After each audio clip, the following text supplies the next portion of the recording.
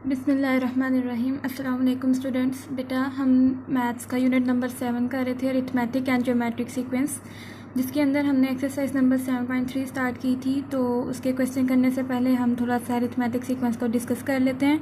बेटा arithmetic sequence दरअसल एक ऐसी सीक्वेंस होती है नंबर की, जिसके अंदर अगर आप कोई सी भी दो वैल्यूज़ कंसेक्टिव वैल्यूज़ का डिफरेंस लेते हो, यानी कि सेकंड में से फर्स्ट वाली को माइनस करो, थर्ड में से सेकंड वाली को, तो आपके पास जो डिफरेंस आता है, जो आंसर आता है, वो आपके पास बिल्कुल सेम आता है। जैसे कि ये मैंने एक सीक्वेंस ली 1 3 5 7 9 11। फर्स्ट वाले नंबर को मैं क्या कहूँगी, A1, सेकंड को A2, थर्ड को A3, इसी तरह से। अब अगर मैं इनका डिफरेंस निकालती हूँ, यानी कि टू में से A1 को माइनस करूँ, तो 3 - 1 इज इक्वल टू आपके पास आ जाएगा 2। इसी तरह से 3 में से 2 वाले को वैल्यू को माइनस करूँगी तो मेरे पास आंसर क्या आ जाएगा 2। यानी कि इस हिसाब से ये जो हमारे पास सीक्वेंस है, ये अरिथमेटिक सीक्वेंस है। सेकंड बात बेटा ये कि अगर आपको ये बोल दिया जाए कि आपने A2 की वैल्यू निकालनी है, किसकी, A2 की वैल्यू निकालनी है, या फिर A3 की वैल्यू निकालनी है, तो वो किस तरह से आएगी। बेटा देखें, A2 की वैल्यू जौन सी है वो आपके पास आ जाएगी A2 इज इक्वल टू के A1 जौन सा है, A2 से पहले कौन सी वैल्यू है, A1। आप A1 लिखोगे, A1 के अंदर आपके पास ये जो डिफरेंस आता है ना D, इसको आप प्लस कर दोगे, ठीक है, तो आपके पास A2 की वैल्यू आ जाएगी। जैसे कि अब देखें, A1 की वैल्यू आपके पास क्या है 1, और डिफरेंस आपके पास क्या है 2, तो जब आप इसको सॉल्व करोगे तो आपके पास A2 की वैल्यू आ जाएगी। इसी तरह से जब A3 निकालना है तो A3 से पीछे वाली वैल्यू कौन सी होती है, A2 के अंदर आपने D को प्लस कर देना है, तो A2 की वैल्यू क्या है 3, प्लस D को अंदर प्लस करो 2, तो ये आपके पास A3 की वैल्यू आ जाएगी। सिंपल सी बात है, जब आपको कोई भी एक वैल्यू दी जाएगी जो कि आपने फाइंड आउट करनी है, तो आपने उससे पीछे वाली वैल्यू लिखकर उसके अंदर D को प्लस कर देना, तो आपके पास जो रिक्वायर्ड वैल्यू होगी वो आ जाएगी। अब हम इसका क्वेश्चन स्टार्ट करते हैं। क्वेश्चन नंबर 3 है 7.3 का, find 3 arithmetic means between the 11 and 19, कि आपने 11 और 19 के दरमियान में 3 अरिथमेटिक मीन्स को फाइंड आउट करना है। तो उसके लिए सबसे पहले हम अरिथमेटिक मीन को, आपको पता है कि उसको कैपिटल A के साथ रिप्रेजेंट किया जाता है, तो सबसे पहले हम लेट कर लेंगे 11 और 19 के दरमियान में 3 अरिथमेटिक मीन्स को। तो इसको जब हमने लेट किया, late A1, A2 and A3, capital A इसलिए लिखा है क्योंकि अरिथमेटिक मीन को कैपिटल A के साथ रिप्रेजेंट किया जाता है। Be the 3 arithmetic means between 11 and 19। अब बच्चे अगर हम इसको एक सीक्वेंस की फॉर्म में लिखें तो ये किस तरह से लिखा जाएगा। सबसे फर्स्ट एलिमेंट क्या आएगा, 11, और उसके बाद A1, A2, A3, और उसके बाद क्या आ जाएगा 19। अब ये आपके पास एक ऐसा सीक्वेंस है जो कि है arithmetic progression, is in AP, are in AP, कि ये आपने जो ये सीक्वेंस लिखे है ये अरिथमेटिक प्रोग्रेशन में है, ठीक है। ये आपके पास अरिथमेटिक प्रोग्रेशन है, यानी कि ये अरिथमेटिक सीक्वेंस है। तो बेटा हमें पता है जब आपके पास कोई अरिथमेटिक सीक्वेंस हो तो उसका जो फर्स्ट नंबर होता है वो क्या कहलाता है, A1। तो A1 इज इक्वल टू 11। अब अपनी सारी की सारी वैल्यूज़ को काउंट करें, कितनी है 1 2 3 4 5, तो n आपके पास क्या आ जाएगा 5। तो बेटा लास्ट वाली जो वैल्यू है ये होगी A1, ये A2, ये A3, A4, और ये क्या होगी A5। Small A5 is equal to 19। अब अगर आप अपना फॉर्मूला याद करें, an is equal to A + n - 1 into D, तो कौन सी वैल्यू मिसिंग है, D वाली मिसिंग है। तो अब D को फाइंड आउट करने के लिए हम जो सा है वो फॉर्मूला यूज़ करेंगे, जो कि है हमारे पास an is equal to A1 + n - 1 into D। अब हम इसके अंदर अपनी वैल्यूज़ पुट करेंगे। n की वैल्यू आप हमारे पास क्या है 5, इज इक्वल टू A1 की वैल्यू क्या है 11, प्लस n की वैल्यू क्या है 5 - 1, और D की आपने फाइंड आउट करनी है। तो A5 की वैल्यू भी आपके पास थी जो कि है 19, is equal to 11 + 4 into D। 11 इधर प्लस है, दूसरी साइड पे आके माइनस हो जाएगा, ये आपके पास आ जाएगा 4D।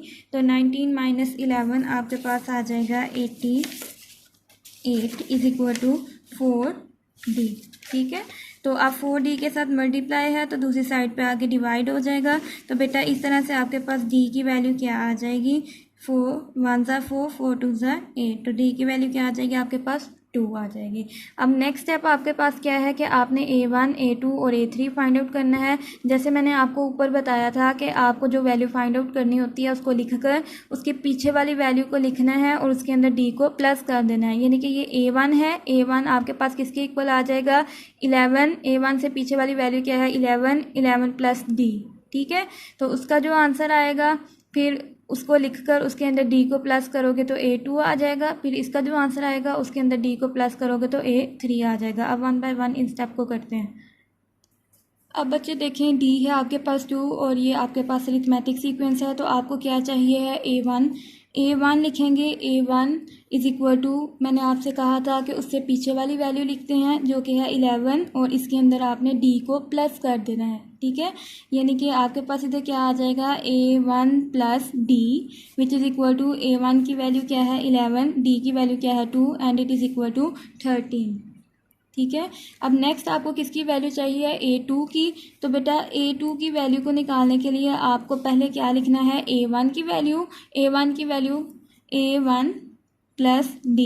तो A1 की वैल्यू आपने फाइंड आउट की है अभी पीछे जो कि है 13, तो 13 प्लस D की वैल्यू क्या है 2 विच इज़ इक्वल टू 15।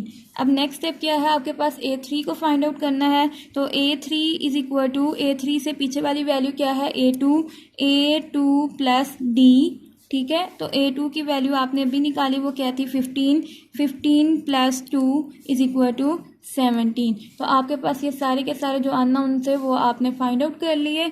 तो अब लास्ट पे हम लिख देंगे 10, 13, 15, 17 are the 3 arithmetic means between 11 and 19। इसी तरह से क्वेश्चन नंबर 5 है, उसके अंदर आपने ये consecutive 6 arithmetic mean find out करने हैं, वो आप खुद करेंगी। क्वेश्चन नंबर 7 है, if the arithmetic mean between the 5 and B is 10 then find the value of B। कि आपको 5 और 10 के दरमियान में जो अरिथमेटिक मीन बताया गया है वो क्या है 10, तो आपने जो सा है वो B की वैल्यू फाइंड आउट करनी है। अब थोड़ा सा रिमाइंड करें, अरिथमेटिक मीन का जो फॉर्मूला याद करवाया था वो था A is equal to A plus B over 2।